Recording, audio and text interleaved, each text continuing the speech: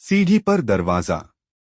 गांव के उस पुराने हवेली में कोई जाना नहीं चाहता था। लोग कहते थे कि वहां अजीब घटनाएं होती हैं, दरवाजे अपने आप खुलते और बंद होते हैं, किसी के चलने की आवाजें आती हैं, और कभी कभी एक साया खिड़की पर दिखाई देता है।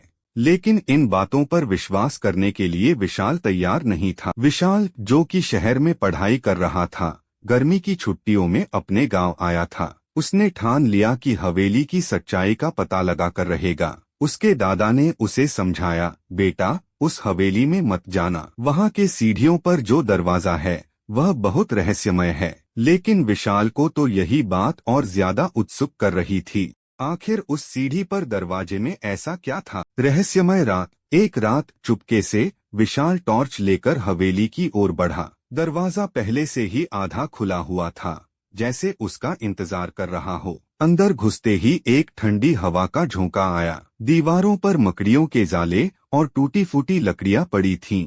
लेकिन सबसे अजीब था वह सीढ़ी जो सीधी ऊपर जाती थी, और उसके अंत में एक बंद दरवाजा था। विशाल धीरे धीरे ऊपर चढ़ा। हर कदम के साथ लकड़ी की सीढ़ियां चरमराती रहीं। जैसे ही उसने दरवाजे को छुआ, दरवाजा खुद ब खुद चरमराता हुआ खुल गया। अंदर घना अंधेरा था, लेकिन जैसे ही विशाल ने टॉर्च घुमाई, उसकी आंखें फटी की फटी रह गईं।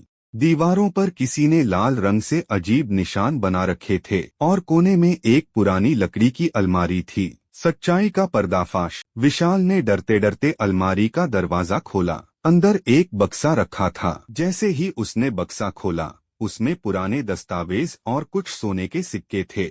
अचानक उसे पीछे किसी के खड़े होने का एहसास हुआ। उसका दिल जोरों से धड़कने लगा। उसने मुड़कर देखा, एक बूढ़े आदमी की धुंधली परछाई वहां खड़ी थी।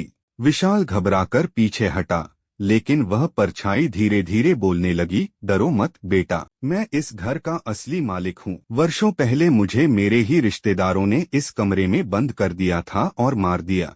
मेरी आत्मा तभी मुक्त होगी जब ये दस्तावेज पुलिस को सौंप दिए जाएंगे, और हवेली का असली हकदार इसे वापस पाएगा। विशाल ने हिम्मत जुटाई और दस्तावेज लेकर घर लौट आया। अगले दिन उसने गांव के बुजुर्गों को सब कुछ बताया और दस्तावेज प्रशासन को सौंप दिए। हवेली कानूनी रूप से सही वारिस को मिल गई, और तब से वहां कोई अजीब घटना नहीं हुई। अंतिम सच। लोगों ने हवेली के सीढ़ी वाले दरवाजे को फिर से सील कर दिया, लेकिन विशाल जानता था कि उस रात उसने जो देखा वह सिर्फ एक भूतिया कहानी नहीं थी, बल्कि न्याय की एक गूंज थी जो सालों से दबी हुई थी।